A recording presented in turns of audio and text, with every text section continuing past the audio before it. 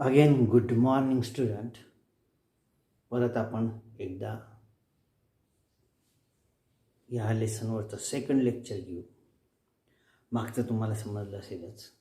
नाव आपला चौथा lesson, molecular basis of inheritance. Now आता आपण मागच्या वेळेस काय शिकलो? In relation to the chromosome, the discovery which were carried out. सगळ्यात पहिले रॉबर्ट ब्राउन डिस्कवर्ड न्यूक्लियस. बरोबर आहे. रॉबर्ट ब्राउन ह्या शास्त्रज्ञाने न्यूक्लियस शोधला. Then this Friedrich Nietzsche obtained a chemical composition from a nucleus. He named it, it is from the pus cell. परत हे पस सेलमधनं मिळवलेलं मटेरियल आहे आणि याला त्यांनी नाव दिलं न्यूक्लिन. नाव this pus cell contain chromosome. नाव chromosome is made up of two things, that is protein and nucleic acid. Now there is a state of confusion. आता रॉबर्ट ब्राउननी न्यूक्लियस डिस्कवर्ड केलं, फ्रेडरिक मिक्स्चरनी न्यूक्लियर मटेरियल आयसोलेट केलं, त्याच्यानंतर discovery झाली की बा न्यूक्लियसमध्ये chromosome आहे. Chromosome हे दोन मटेरियलनी बनलेलं आहे, प्रोटीन आणि दुसरं न्यूक्लिक ॲसिड. परत न्यूक्लिक ॲसिड दोन प्रकारचे आहे, DNA and RNA. That is deoxyribose nucleic acid आणि दुसरं आहे RNA ribose nucleic acid. Now there is a state of confusion among the scientist. मग आता प्रश्न काय पडला? whether DNA or whether nucleic acid is responsible for transfer of hereditary character or whether protein is responsible for inheritance is a big question among the earlier scientists. Earlier scientists पुढे सगळ्यात मोठा प्रश्नचिन्ह राहील की बा ठीक आहे, न्यूक्लियसमध्ये जे कंटेंट आहे त्याला क्रोमोझोम म्हटलं, तो हेरिडेटरी मटेरियल आहे, ठीक आहे. पण ह्या दोन पैकी कोण, who among this two is exactly responsible for inheritance is a point of discovery. आणि DNA हा हेरिडेटरी मटेरियल आहे हे मान्य करायला जवळपास 25 वर्ष लागले. The different experiments are conducted from 1928 to 1952 and lastly the scientists come to conclusion that DNA act as a hereditary material and not protein is responsible for inheritance. हे 25 वर्षामध्ये डिस्कवर केलं गेलं की DNA हा हेरिडेटरी मटेरियल आहे. मग आता ह्याच्यामध्ये एक्सपेरिमेंट कोणकोणचे केले गेले पहा बरं. The first experiment is carried out by Frederick Griffith, a British medical officer. He conducted the experiment in 1928. 1928 साली 1928 ला त्यांनी एक्सपेरिमेंट कंडक्ट केला and he conducted the experiment on Pseudomonas pneumoniae, ज्याला आपण डिप्लोकोकस न्यूमोनी म्हणतो किंवा स्ट्रेप्टोकोकस न्यूमोनी म्हणतो. It is a strain which is responsible to cause the pneumonia. ही अशी स्ट्रेन आहे जी निमोनिया कॉज करते, बरोबर आहे. अँड इट इज आपल्याला ज्याच्यापासून न्यूमोनिया होतो, it is not fatal in case of human being. हे फेटल नाही आहे, त्याने एकदम मृत्यू काही होत नाही, बरोबर आहे. मग ह्यानी काय केलं, ह्या डिप्लोकोकस न्यूमोनी किंवा स्ट्रेप्टोकोकस न्यूमोनी ह्या स्ट्रेनला त्यांनी घेतलं. It is found in a 2 सबस्ट्रेन. ह्यानी एक्सपेरिमेंट कसा केला, ह्यानी माईस घेतला. माईस आणि रॅटमध्ये फरक येतो. आपण जनरली खूप कन्फ्यूज होतो आणि आपण काय करतो माहिती का, जो घरामध्ये सापडतो त्याला आपण रॅट म्हणतो. So it is not a rat. रॅटचा खरा अर्थ होतो घूस, जो उंदरापेक्षा मोठा घूस. पाहिली ना, असं मोठी बिळ करून राहते ती शेतामध्ये किंवा बाहेर सापडते ती. जनरली हॉटेल वगैरे किंवा रेल्वे स्टेशनवर भरपूर प्रमाणात असतं घूस. ही उंदराच्या दुप्पट तिप्पट मोठी असते, बरोबर आहे. That we call it as a rat. The mice is generally used for a biological experiment. Biological एक्सपेरिमेंटमध्ये माईस वापरला जातो, बरोबर आहे. It is similar or shows chromosome number similar to that of or close to that of human being. मग त्याने काय घेतलं, त्याने माईस घेतला आणि डिप्लोकोकस न्यूमोनी घेतलं, बरोबर आहे. This is a strain of bacteria. Now this strain of bacteria is found in a 2 substrain. याच्या 2 सबस्ट्रेन घेतल्या. पहिली स्ट्रेन घेतली ज्याला आपण म्हणतो स्मूथ स्ट्रेन. पहिली स्मूथ स्ट्रेन, त्यालाच म्हणायचं कॅप्सुलेटेड स्ट्रेन, त्यालाच म्हणायचं नॉन व्हायरुलंट स्ट्रेन, व्हायरुलंट स्ट्रेन, बरोबर आहे. पहिली प्रोटीन कोट आहे, बरोबर आहे ना, त्याला म्हणायचं कॅप्सुलेटेड स्ट्रेन. कॅप्सूल असल्यामुळं हे स्मूथ आहे, प्रोटीनचं कॅप्सूल आहे. हे कसं आहे हा DNA आहे, याच्यावरती हे प्रोटीनचं कॅप्सूल आहे, बरोबर आहे. म्हणून ही स्मूथ आहे, याला म्हटलेलं आहे स्मूथ स्ट्रेन, बरोबर आहे. Smooth strain or S strain or capsulated strain किंवा ह्यालाच म्हटलेलं आहे व्हायरुलंट स्ट्रेन. ओके. आणि दुसरं की ज्याच्यामध्ये हा प्रोटीन कोट नाही आहे, त्याला म्हणायचं रफ स्ट्रेन. रफ म्हणजे खरबडीत. It is a rough strain किंवा त्यालाच म्हटलेलं आहे नॉन कॅप्सुलेटेड स्ट्रेन किंवा तीच स्ट्रेन आहे विच इज नॉन व्हायरुलंट. व्हायरुलंट आणि नॉन व्हायरुलंट काय आहे माहिती का? व्हायरुलंट स्ट्रेन म्हणजे ज्याच्यावरती प्रोटीन कोट आहे, ही स्मूथ आहे आणि ही व्हायरुलंट आहे. Virulent means it not only cause the symptom. ही फक्त सिम्पटम कॉज करणार नाही, it causes the death of the organism. ह्या जर स्ट्रेनचं इन्फेक्शन झालं तर ह्या स्ट्रेनमुळे तो माईस मरतो. इट इज व्हायरुलंट, बरोबर आहे. आणि नॉन व्हायरुलंट काय? नॉन व्हायरुलंट म्हणजे सिम्पटम्स काय दाखवेल? It shows the mild symptoms. Organism मरणार नाही, माईस मरणार नाही. It shows dullness. हा डल होईल, त्याच्या हालचाली मंदावतील आणि परत दुसऱ्या तिसऱ्या दिवशी तो, आपल्याला सर्दी झाल्यावर कसं होतं, आपण सर्दी झाल्यावर एकदम मरतोच का? नाही. मग आपण 2-3 दिवस सुन्न असतो, घरच्यांच्याही लक्षात येतं अरे बळा काहीतरी झालेलं आहे, सर्दी होतो, थोडासा कोमट ताप. लगेच तिसऱ्या दिवशी 2-3 दिवस झाले की आपण okay, we perform the routine work. म्हणजे काय होतं, these are the mild symptoms. हे माइल्ड सिम्पटम्स आहे निमोनियाचे. It is not responsible to cause the death of the organism. मग त्यांनी माईस घेतला आणि हे स्ट्रेप्टोकोकस न्यूमोनी किंवा त्यालाच आपण म्हणतो डिप्लोकोकस न्यूमोनी, ह्या 2 स्ट्रेन घेतलेल्या आहेत. मग आता पहिल्या याच्यामध्ये काय केलं, माईस प्लस आर टाईप.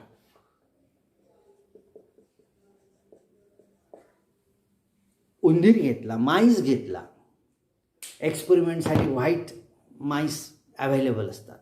मग त्याला त्यांनी काय केलं, लस टोचली. कशाची लस? म्हणजे आपण पोलिओची वगैरे लस घेतो की नाही, किंवा देवीची लस घेतो, याच्यामध्ये डेड ऑर्गॅनिझम्स असतात, बरोबर आहे. मग लस टोचल्यानंतर 2-3 दिवस सुस्त असतो, ताप येतो आणि नंतर मग आपल्या बॉडीमध्ये त्याच्या अँटीबॉडीज तयार होऊन जातात. तसं ह्याच्यामध्ये काय केलं पहा, mice plus R type. Rough strain. Rough strain कशी आहे? It is a non virulent. So mice, आता माईस इथे काय होईल, मरेल का जगेल? Here the mice shows mild symptoms of pneumonia and mice survive.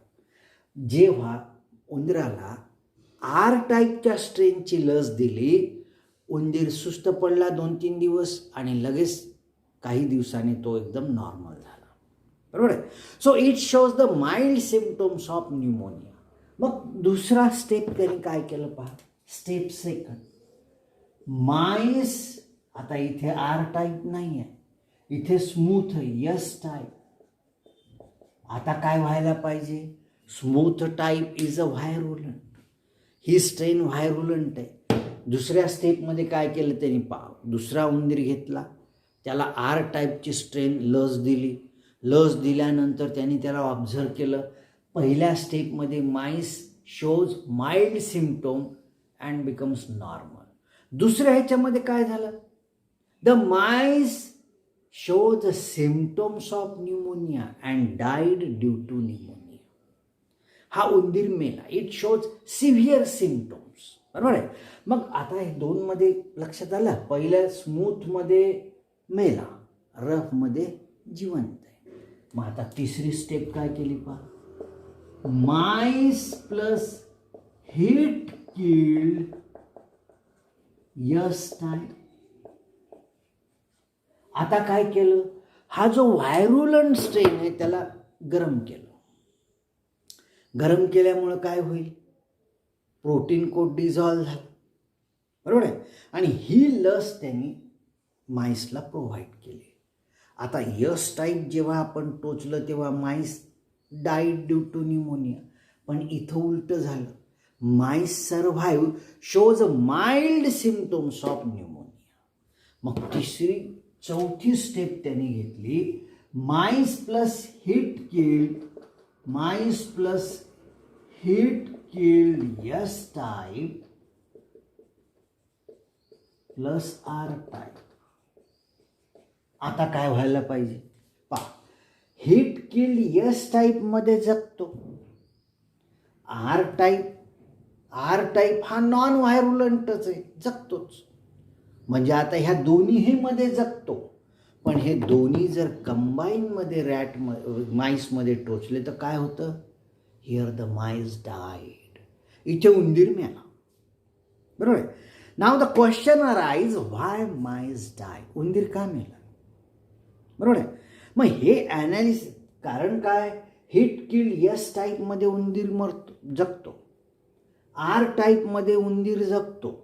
पण दोन्ही कंबाईनमध्ये जर माईसला टोचले, then instead of survive mice died due to pneumonia. मग प्रश्न पडला हा का मेला. मग का मेला हे शोधण्यासाठी फ्रेडरिक ग्रिफिथनी त्याचं ॲनालिसिस केलं. He analysed the dead mice and he found that there is a formation of S type of bacterium. त्याला जेव्हा डिसेक्ट केलं, ॲनालाइज केलं, तेव्हा त्याच्या बॉडीमध्ये यस टाईपचे बॅक्टेरिया सापडले. मग यस टाईपचे बॅक्टेरिया सापडले आणि यस टाईपमध्ये काय होतं. Death. So mice died due to pneumonia. बरोबर आहे. Now he called this as a transforming principle. जे काही ट्रान्सफर होतं त्याला त्यांनी ट्रान्सफॉर्मिंग प्रिन्सिपल म्हटलेलं आहे. नाव this is the experiment which we also called it as a transformation experiment. बरोबर आहे. पण ह्या एक्सपेरिमेंटमुळे एक्झॅक्ट हेरिडेटरी मटेरियल कळत नाही. बरोबर आहे. Here he come to the conclusion that when both S type and R type is provided to the mice died, it is due to the conversion of something or transfer of something from S type of bacterium to the R type of bacterium, but exact what is going to transfer is not detected from this experiment. So the second, ज्याला आपण नाटक पाहता का तुम्ही. नाटकामध्ये पूर्वार्ध आणि उत्तरार्ध असे 2 पार्ट असतात. मग हा झाला त्याचा पहिला पार्ट. मग त्याचा सेकंड पार्ट कोणी केला पहा. The exact experiment who explain DNA as a hereditary material is conducted by Avery, MacLeod and McCarthy. These are the US microbiologist. हे यूएसचे मायक्रोबायोलॉजिस्ट आहे पा Oswald ॲव्हेरी, than choline मॅकलिऑइड and McLean मॅकार्टी. हे तिन्ही US microbiologist Rockefeller university which is situated in New York. त्यांनी एक experiment केला. काय experiment आहे हिअर? आता पहा, तुम्ही कधी लहान पोरगा पाहिला का? आपण एखादा चाबी लावल्यावर घंटी वाजणारं एखादं खेळणं त्याला आणून दिलं, एखादं बस, एखादं कार आहे समजा, छोटी कार प्लॅस्टिकची आणून दिली, ती चालल्यानंतर आतमध्ये घंटी वाजते. पहिल्यांदा पोट्ट त्या काळीशी खेळते मस्त एक दिवस, बरोबर आहे. मग एक दिवस झाल्यानंतर खेळलं थकलं, ती त्याला माहीत झालं की हे चालवल्यानं काहीतरी वाजते. मग आता त्याच्या मनामध्ये थोडीशी उत्सुकता निर्माण येते, काय वाजते. मग काय करते ते त्याला फोडते, त्याला आपटू तोडून टाकतो. मग टप्पर पाहतो, चालवून पाहतो, टप्पर वाजते का त्याचं? नाही. मग चाकं सेपरेट काढून चालवून पाहतो, वाजतं का? पण ते चाकं जर यंत्राला लावले ते चालवून पाहिलं तर वाजतं. मग कन्क्लुजन काय की बुवा आतमध्ये घंटी आहे आणि चालल्यानंतर त्या घंटीवर तो रॉड आपटल्या जातो आणि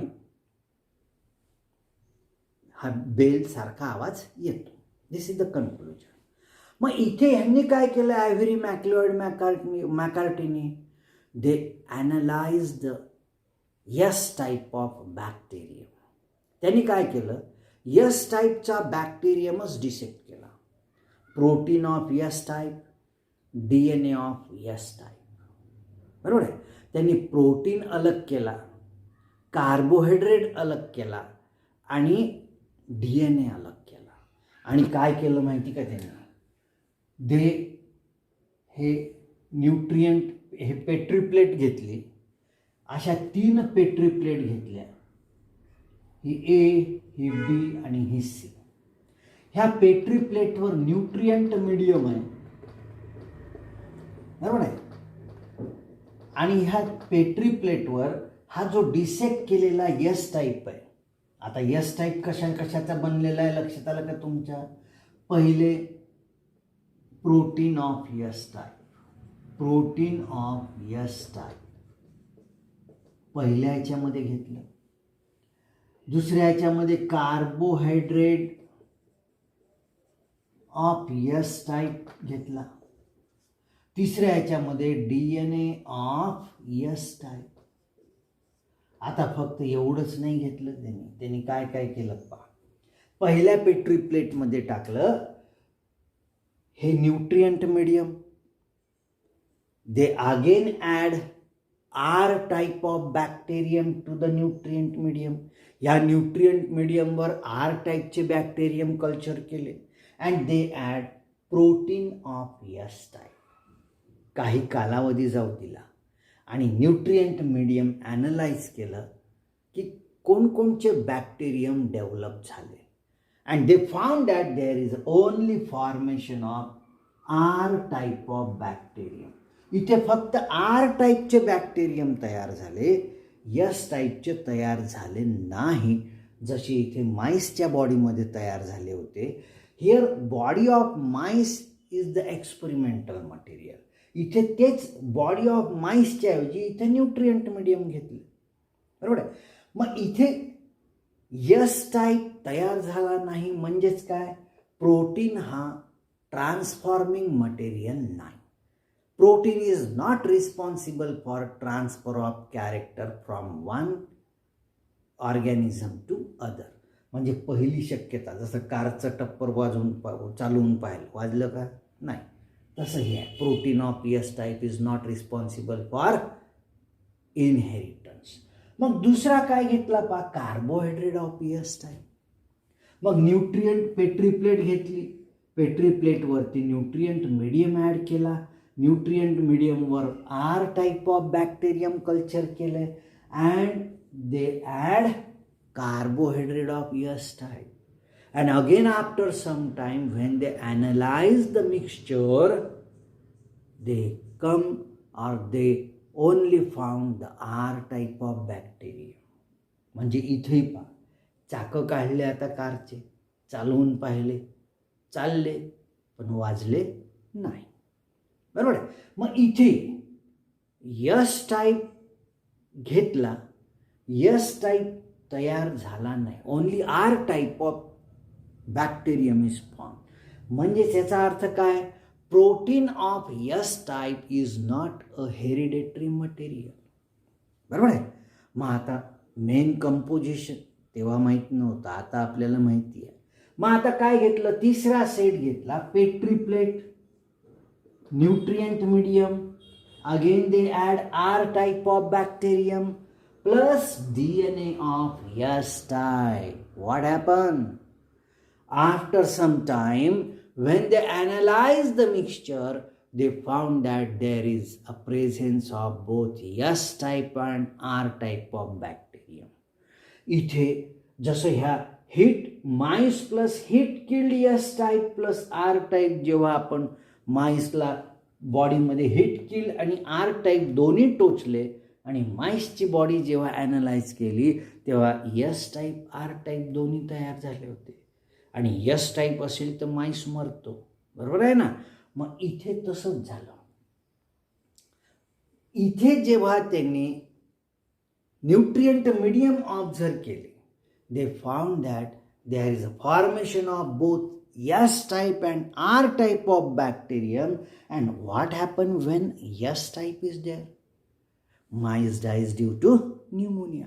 Mice death झाला. बरोबर आहे. So they come to the conclusion that DNA is the hereditary material and not RNA. Now this is the confirmatory indication. And again confirmation is performed by third experiment which was conducted by A.D. Hershey and M.J. Chase. बरोबर आहे. And they conduct the experiment on bacteriophage. Bacteria माहिती आहे ना, इस्चर्जिया coli, E. coli. बरोबर आहे. आता ह्या बॅक्टेरियावरही parasite असणाऱ्या ऑर्गॅनिझमला म्हणायचं बॅक्टेरियोफेज. बरोबर आहे. मग त्याने काय केलं, हा बॅक्टेरियोफेज घेतला. बरोबर आहे. दिस इज पहिले नॉर्मल बॅक्टेरियोफेजचा अभ्यास केला. The composition of bacteriophage is a simple. हा प्रोटीन कोट आहे बाहेरचा, this is a protein coat. बरोबर आहे. आणि हा आहे DNA material. Protein in circle, त्याचा मेन कंपोजिशन पहा, एवढीच मेन कंपोजिशन आहे. हा DNA स्ट्रँड आणि हा प्रोटीन कोट. संपलं. बरोबर आहे. मग आता त्यांनी काय केलं माहिती का, हा bacteriophage, bacteriophage is the phage which is parasite on a bacteria. मग हा बॅक्टेरियोफेज त्यांनी न्यूट्रिएंट मीडियमवर ग्रो केला पहिल्या इथे. आणि ह्या न्यूट्रिएंट मीडियमवर त्यांनी ॲड केलं P32, म्हणजे फॉस्फरस. पहिले आपण सल्फरचं घेऊ, S35. म्हणजे ह्या न्यूट्रिएंट मीडियममध्ये न्यूट्रिएंट मीडियम घेतली, सल्फर घेतला. सल्फर हा नॉर्मल सल्फर नाही आहे, हा आयसोटोप ऑफ सल्फर आहे. बरोबर आहे. आयसोटोप म्हणजे आयसोबार आणि आयसोटोप तुम्ही केमिस्ट्रीमध्ये शिकलाय. A compound having same molecular formula माहिती आहे ना. मग आता पहा, इथे आयसोटोप घेतला सल्फरचा आणि हा सल्फरचा आयसोटोप घेतल्यामुळं आता हा सल्फर कुठं वापरला जातो माहिती का. The sulphur is used to make the protein. जो डायसल्फाइड बॉन्ड असतो ना प्रोटीनमध्ये, डायसल्फाइड बॉन्ड इज फॉर्म. हा डायसल्फाइड बॉन्ड हा सल्फरद्वारे फॉर्म. त्याच्यामध्ये सल्फर वापरला जात असतो. So disulphide bond is form, म्हणजे प्रोटीन तयार करण्यासाठी सल्फर आवश्यक आहे. बरोबर आहे. म्हणजे sulphur is the component of protein, it is not a component of DNA. बरोबर आहे. हा DNAचा कॉम्पोनंट नाही आहे, हा प्रोटीनचा कॉम्पोनंट आहे. आणि त्याच वेळेस फॉस्फरस जो आहे P32, phosphorus is a component of DNA. बरोबर आहे. DNA हा कशा कशाचा बनलेला आहे पहा. पहिला, DNA is made up of, DNA कशाचा, it is made up of, it is a polynucleotide chain.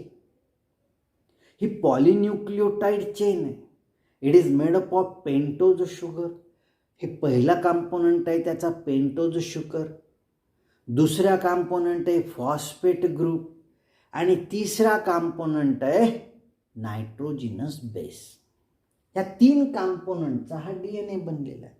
म्हणजे त्याच्यामध्ये फॉस्फेट ग्रुप आहे, which is in a form of phosphoric acid. मग त्याच्यासाठी त्यांनी घेतला आयसोटोप. बरोबर आहे.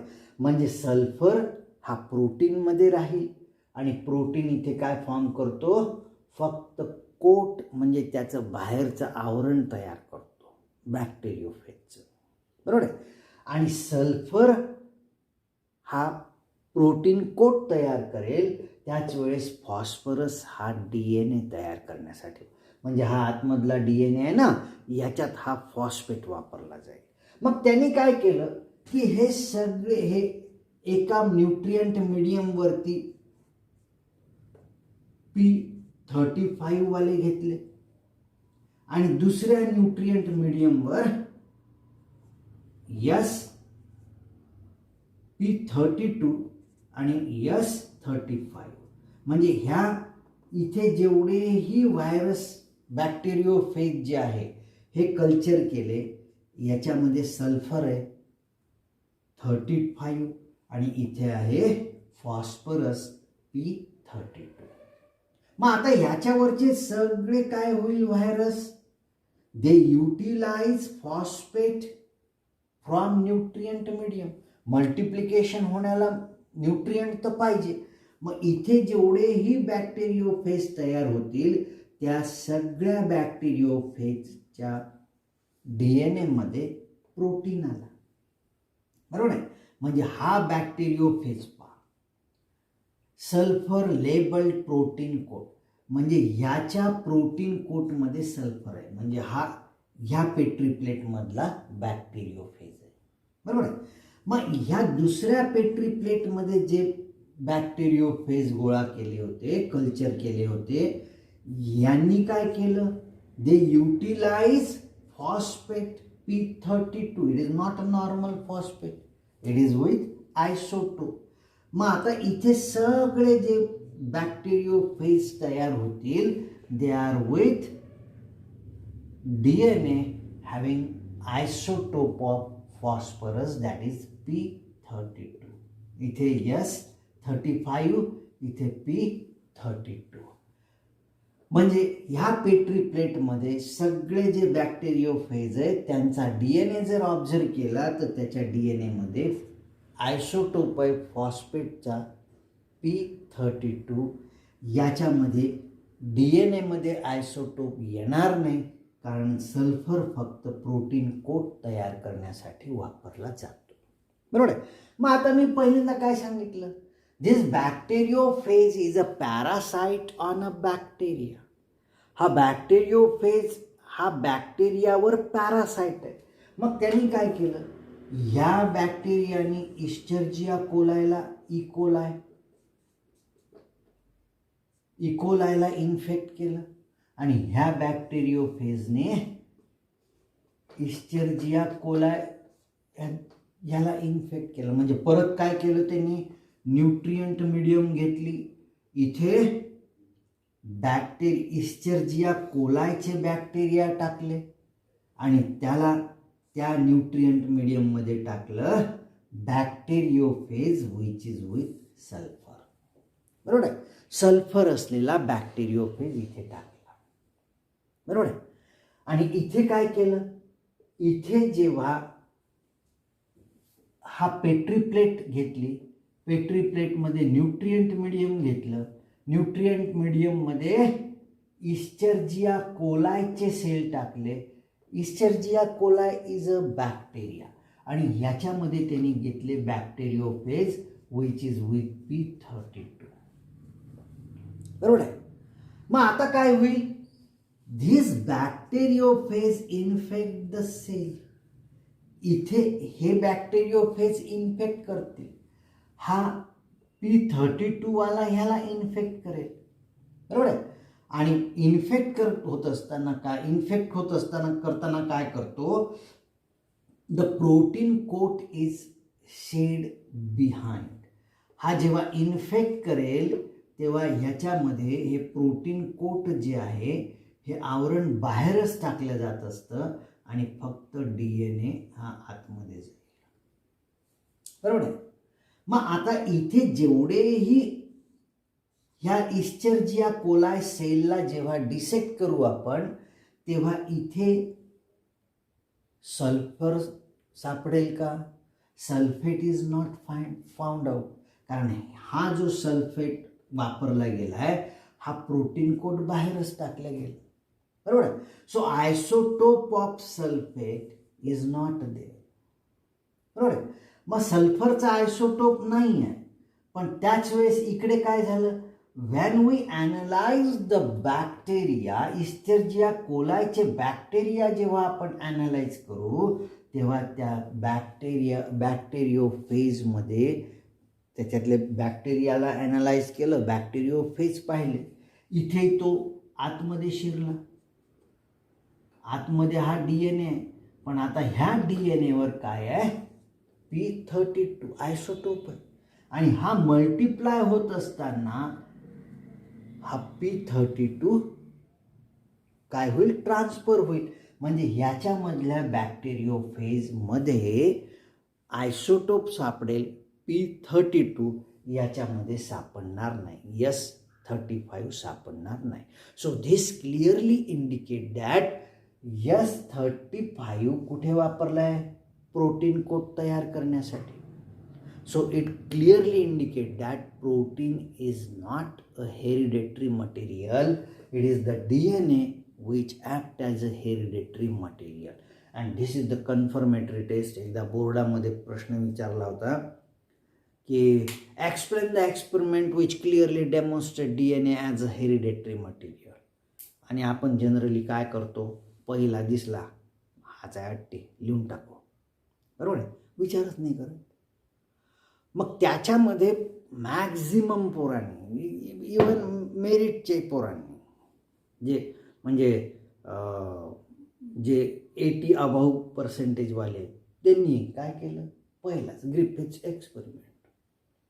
But it is not a experiment which clearly demonstrate DNA as a hereditary material. हा एक्सपेरिमेंट असा नाही आहे की जो DNA हा हेरिडेटरी मटेरियल आहे हे सांगेल. बरोबर आहे. म्हणून तुम्हाला मी म्हटलं हा नाटकाचा पूर्वार्ध उत्तरार्ध असतो ना, तर हा पहिला पार्ट आहे, हा दुसरा पार्ट आहे. सो मग क्लिअरली डेमॉन्स्ट्रेट करणारे एक्सपेरिमेंट कोणचे, this two experiment, that is Avery MacLeod and McCarty, A.D. Hershey आणि M.J. चेज.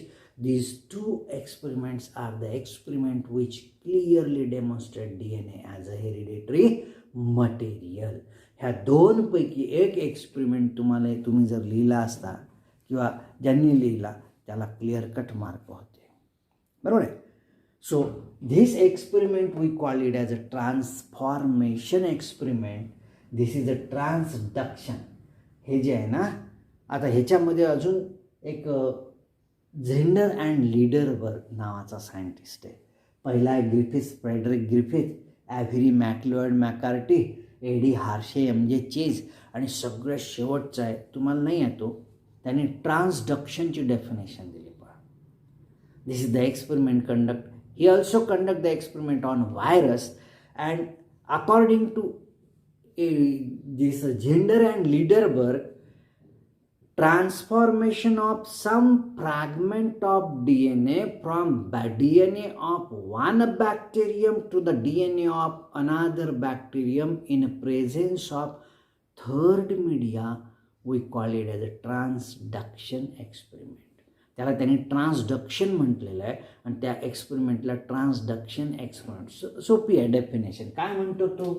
ट्रान्सफर ऑफ हा DNA एका बॅक्टेरियमचा आहे, हा DNA दुसरा बॅक्टेरियमचा आहे, बरोबर आहे. मग एका बॅक्टेरियमच्या DNA मधला पार्ट दुसऱ्या बॅक्टेरियमच्या DNA ला अटॅच होणं, म्हणजे ह्या बॅक्टेरियाच्या इथला एक पार्ट तुटून तो दुसऱ्या बॅक्टेरियाच्या DNA ला अटॅच होणं in presence of third media, this is we call it as a transduction. इथे काय झालंय पहा, when the Frederick Griffith conduct the experiment and he eject a material with Streptococcus pneumoniae, that is a smooth strain, to the mice dies due to pneumonia. आता तिसऱ्या स्टेपमध्ये, ह्या चौथ्या स्टेपमध्ये काय केलं पहा बरं. माइस plus heat kill S type plus R type, then mice died.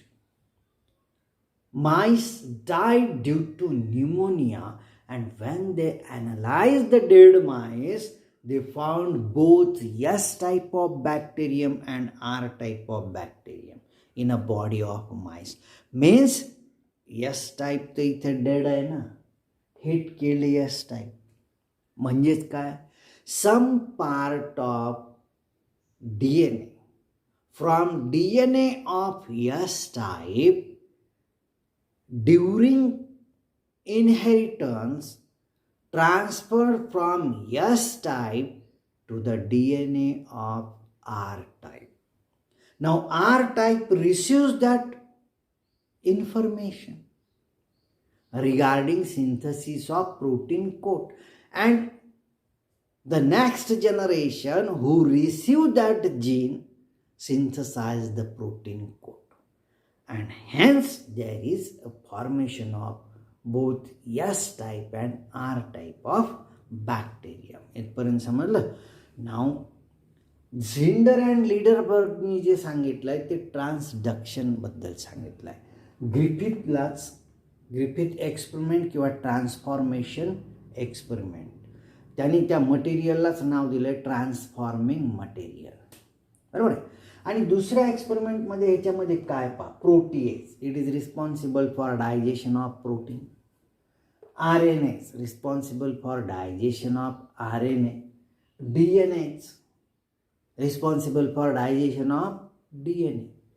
But here ह्या दोन, हा DNA जो आहे, DNAs it is responsible for digestion of DNA, पण इथे तो तयार होत नाही. So DNA is responsible for inheritance.